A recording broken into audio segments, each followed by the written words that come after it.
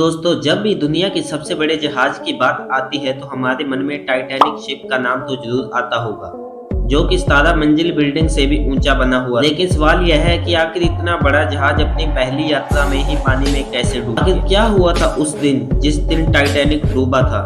इन सभी सवालों के जवाब हम आपको आज के आर्टिकल में बताने वाले हैं। दोस्तों, टाइटैनिक अपने समय का सबसे बड़ा समुद्री जहाज था। यह उस समय इंसानों द्वारा बनाई गई सबसे बड़ी चीज थी।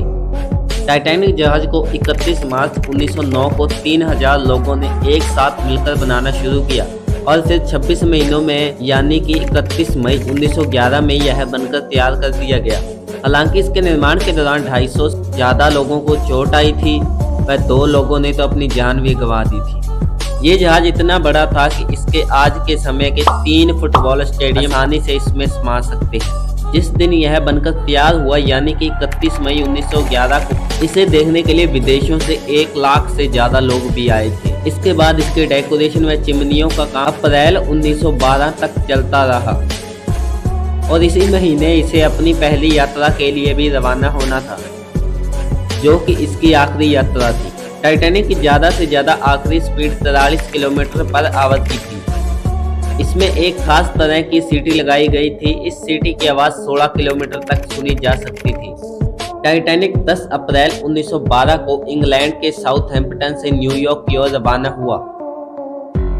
4 दिन तक सब ठीक था, लेकिन 14 अप्रैल को देर रात 11:40 पर यह जहाज एक बड़े आइसबर्ग से टकरा गया और इसके नीचे एक बड़ा छेद हो गया जिसमें पानी भरने लगा था। जहाज के आइसबर्ग से टकराते ही जहाज पर खौफ का माहौल पैदा हो गया, लेकिन संकट के समय कुछ समझदार लोग आगे आए और उन्हें दिलासा देते हुए कहा, डरने की जरूरत नहीं है, हमें हिम्मत से काम लेना होगा। फिर जहाज पर मौजूद लाइफ बोट से बच्चों व औरतों को सुरक्षित उतारा जाने लगा।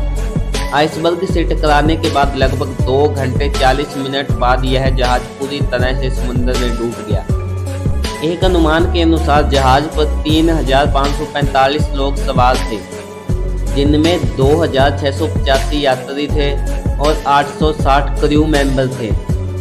दुख की बात यह है कि इसमें 1533 लोगों ने अपनी जान गंवा दी।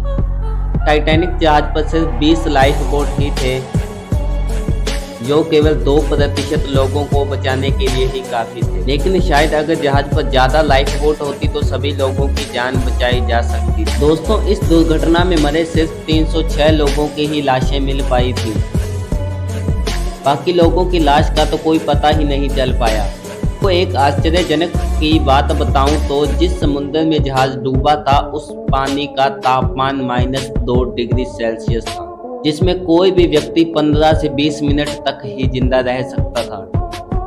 जहाज धीरे धीरे पानी में डूबने के बावजूद भी इसके म्यूजिशियन इसे डूबने तक गाना बजाते रहे ताकि कुछ समय बाद मरने जा रहे लोग अपनी आखिरी समय को खुशी से बिता सकें। टक्कर के 2 हफ्ते बाद ही आइसबर्ग भी नष्ट हो गया, क्योंकि इस टक्कर के बाद आइसबर्ग को काफी नुकसान हुआ था।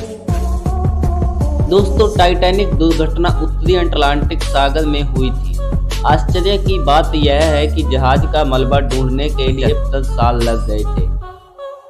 काफी कोशिशों के बाद 1 सितंबर 1985 को टाइटैनिक का मलबा ढूंढ लिया। आपको जानकर हैरानी होगी कि समुद्र में टाइटैनिक जहाज 2 टुकड़ों में टूटा हुआ पाया गया। इन दोनों टुकड़ों की आपस में दूरी 600 मीटर की थी। इस जहाज को बनाने में करीब 100 साल लग गए थे। तो कैसी लगी वीडियो कमेंट करके बताना और चैनल को सब्सक्राइब करना मत भूलना। Thank you, bye.